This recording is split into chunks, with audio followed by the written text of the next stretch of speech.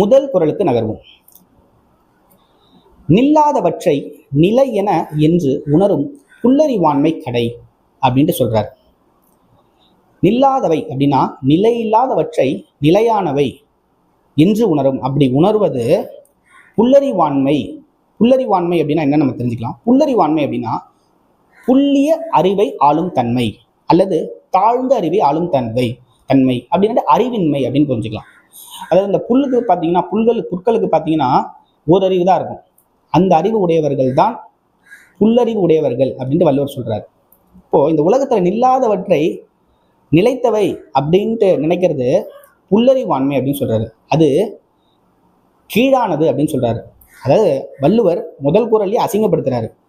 நில்லாதவற்றை நிலைன்னு நினைக்கிற பத்தியா, அது அந்த புல்லறிவாண்மை கீழானது அப்படின்ட்டு முதல் குறளையே மனிதர்களை அசிங்கப்படுத்துறாரு. யாரெல்லாம் நிலையாமையை உணராம எல்லாமே நிலைத்திட்டு இருக்கோம் அப்படின்ட்டு நம்புறோம் பார்த்தீங்களா, அவங்கள சொல்றாரு. இப்போ நிலையாமையை உணரணும் அப்படின்ட்டு வள்ளுவர் மறைமுகமா சொல்றாரு.